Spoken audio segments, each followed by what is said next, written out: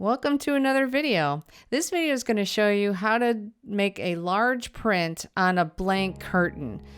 These curtains are 9.5 feet tall, and you just can't buy these in a store. And I fell in love with this particular pattern, and so I had to make my own stencil.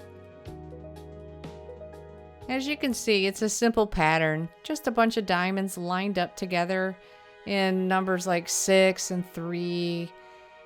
And this is just written on a piece of paper. So laying it out so I can get it longer. And you see those little bridges there? You need bridges when you're making a stencil because when you cut it out, it'll fall out. And that stuff there, that's like acetate, but it's a good stencil. So cutting it out with a hobby knife. This takes a while. And so here is the pattern, and it's going to be repeated for every curtain. The trick is it needs to be static. I need it long, flat, 9 feet tall. Well, how do you get something like that that's transparent? Well, this is a pretty neat way of doing it. This is just that little foam that I made a bridge together, and we'll see that shortly. But it allowed me to move it around really easy, but it had a fixed size. So cut out 1-inch long strips of this stuff, and using a nail, use it as a bridge to join the two together and tape them together.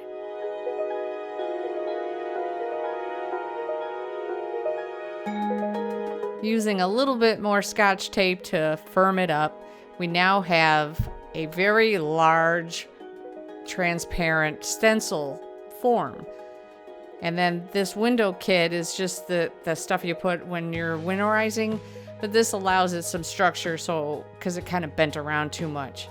So it made it into more of a one unit. And it's a little bit tricky to get that double-sided tape off. But if you can see, you can stick your hand in there and pull it out ever so slowly.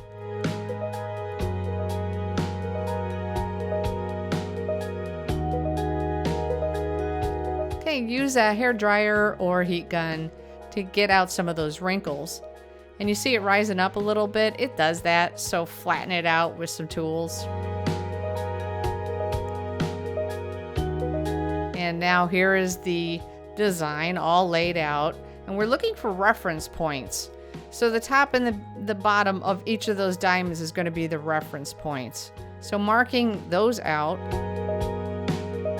just pop a little like dabber thing in there and then drill it out so you can get a pencil through it.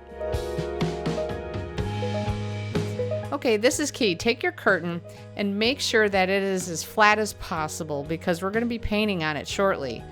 So we're going to pull it, use whatever trick you got in the book to get it to be flat and taut. And also it needs to be, your template needs to be at the exact position for every curtain, or else it'll start getting a little corkscrewed, and you don't want that. It'd be a little disorientating.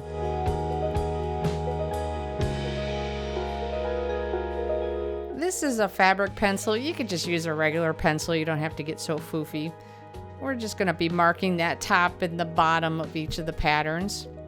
And now we're going to lay out the stencil. So look for those markings. So see that one on the right. Okay, and then one on the left. Make sure it's inside your pattern because you're going to be painting over it. And then tape it in place.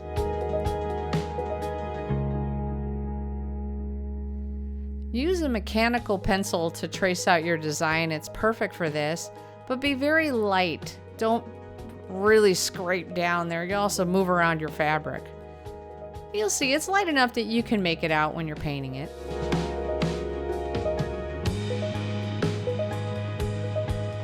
This is fabric paint, so it has a little bit more latex in it. You'll find it's a little tricky sometimes because it dries faster. So you'll be washing your brush quite often. This is a 3/4 inch angle shader, perfect for this type of pattern that I've picked. And it's slow going. And start in the middle of your curtain, so when you're leaning over it, you're not leaning over wet paint.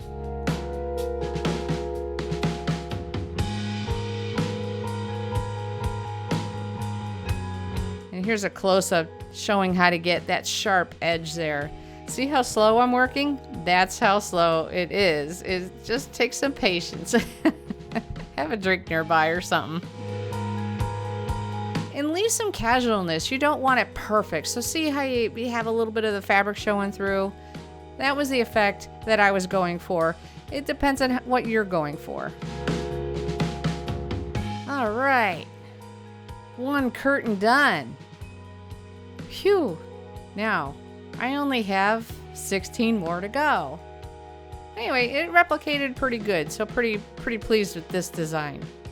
And this is what it was mocked up in my Photoshop program, and this is done. So got close to it. Notice how I skipped the print every other window there. I like that better, or broke it up a little bit nicer, but kept all the patterns in the kitchen. I thought it looked like, okay, this kitchen's a little different than the living room. And there it is. I hope you learned a couple of things on how to make your own custom print curtains. Thanks for watching. Take care.